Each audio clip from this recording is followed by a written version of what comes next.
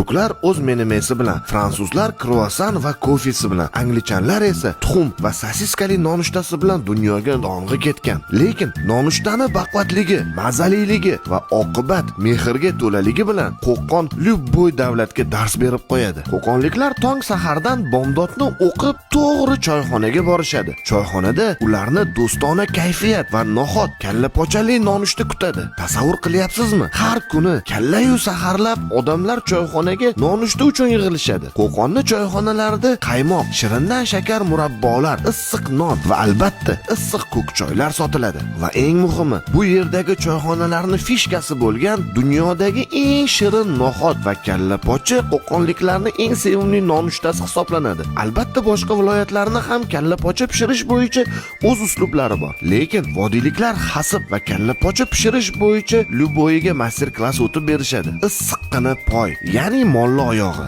shiringina qo'yning tili, hasib, qo'y go'shili rulet, qorin va xaladets ishtahangizni ochib yuboradi. Ayniqsa, hojakamlar ustiga sepib beradigan achchiqqina murchlari oshqozonni sayratib yuboradi. Endi tasavvur qilib ko'ring. Har kuni yaqin do'stlar davrasida ertalabdan choyxonada nonushta qilishdan ko'ra rohatliroq nima bor? Balkim shuning uchundir qo'qonliklar saharga beriladigan nohot va kalla pochalarini dunyodagi eng zo'r kruasan va kofesiga alishmaydilar. Nohot va kalla pochali nonushtani oldiga qaynoqqina ko'k choyni ichiga ikkita novot sovorsangiz bormi?